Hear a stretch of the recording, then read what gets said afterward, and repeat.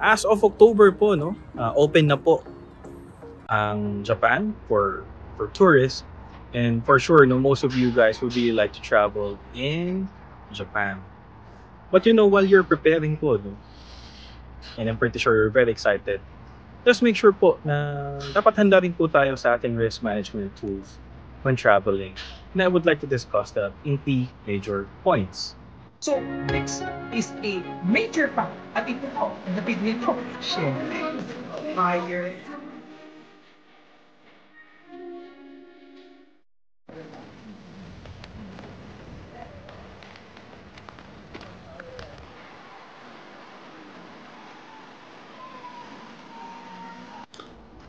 Hello mga ka-RFF, this is Jason Gutierrez from Remember Financials. Konnichiwa. Nandito po tayo ngayon sa Toyota Aichi, Japan. Okay, sa mga car enthusiasts or nagmamaneho ng Toyota, this is the birthplace of Toyota Motors. Ngayon, nasa aking likuran po ang Toyota Football Stadium. Currently being renovated, but again, the infrastructure is very enormous.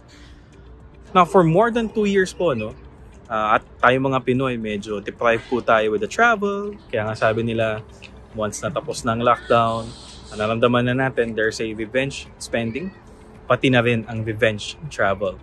And as of October po, no, open na po ang Japan for tourists. And for sure, no, most of you guys would really like to travel in Japan.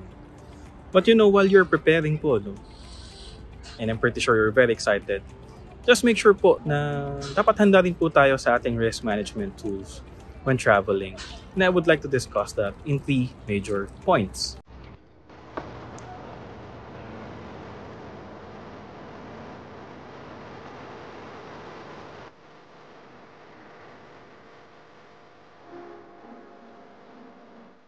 So, number one value of travel insurance is actually the medical expenses or medical coverage whenever you're traveling. Especially po, no, when you're traveling to countries na alam naman natin na talagang napakamahal ng healthcare. Especially, for example, here in Japan, pwede kang tamaan ng viral or bacterial infection during the trip. And in fact, a simple accident, just in case na napatid ka. Like for example, this one, medyo matarik po, no? Yung binababaan at inaakyatan ko ngayon.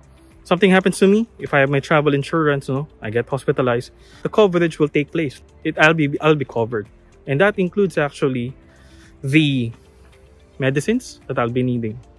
And in fact po, very important, if need mo ma-repatriate, like kailangan mong ilipat ng hospital or ilipat ng facility dahil hindi kaya kung nasaan ka, covered po yan under the travel insurance.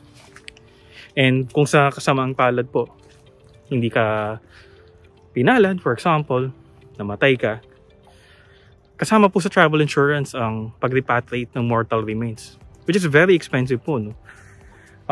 There were instances na may mga tourists na walang travel insurance and then something happened. The family had to pay a substantial amount para lang maiuwi yung mga labi nila. So, yeah, sobrang valuable po, no, na meron kang travel insurance. And actually, one of the important things as well, no, when you're getting a travel insurance, for example, may kasama kang minor. Siyempre, wala mag-aalaga, dalawa lang kayo. So, if ever, since wala mag-aalaga nga, kailangan pa uwiin. Some travel insurance companies would actually provide a ticket for the minor. So they will make sure na makakauwi ng matiwasay ang bata. Para wala ka nang problemahin masyado. Another one would be yung tinatawag nating compassionate visit.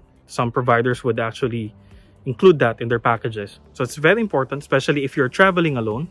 And yun nga, wala kang kasama, na-hospital ka, wala mag-aalaga sa'yo.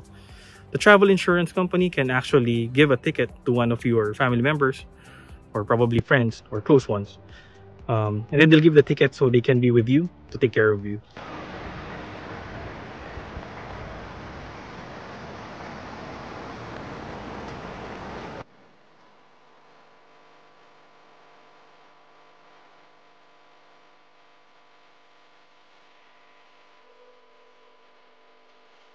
Another value that a travel insurance can provide would be travel inconveniences. No?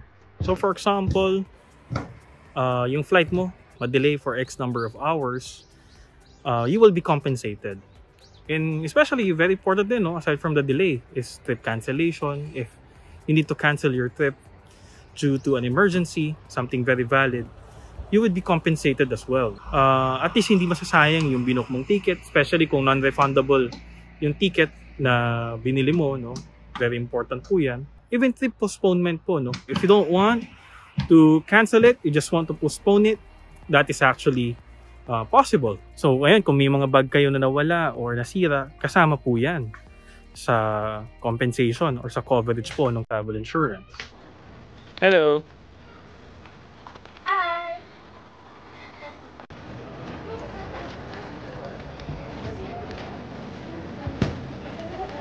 The third section, and then usually the last, no? Normally, the travel insurance includes a personal accident coverage. So, ibig sabihin, pag namatay ka due to an accident during the trip, no, you will be compensated, or your beneficiaries will receive the benefit.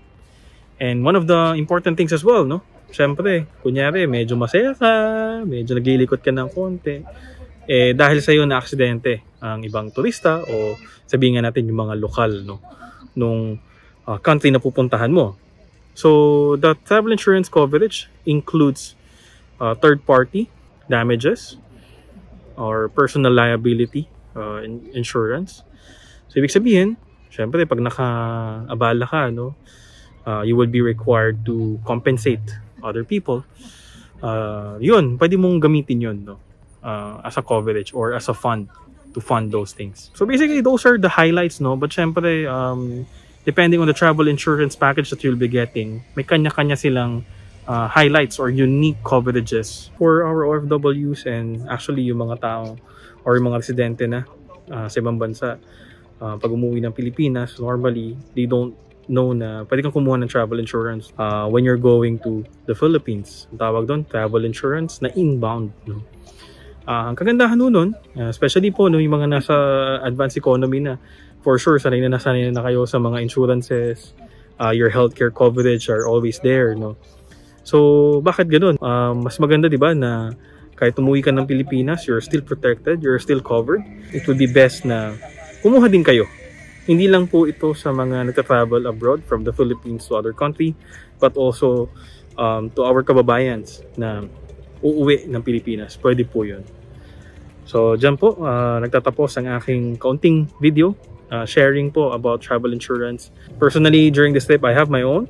So, hopefully, wag niyo pong kaligtaan yon para lang po at least sure na may enjoy nyo ang inyong trip. Wala masyadong abala. Diba? Hope to see you again, guys. Thank you again for all of your support. For those who've been subscribing to our channel. Sana po, patuloy nyo pong i-share ito sa inyong mga mahal sa buhay at sa inyong mga kaibigan. Natane!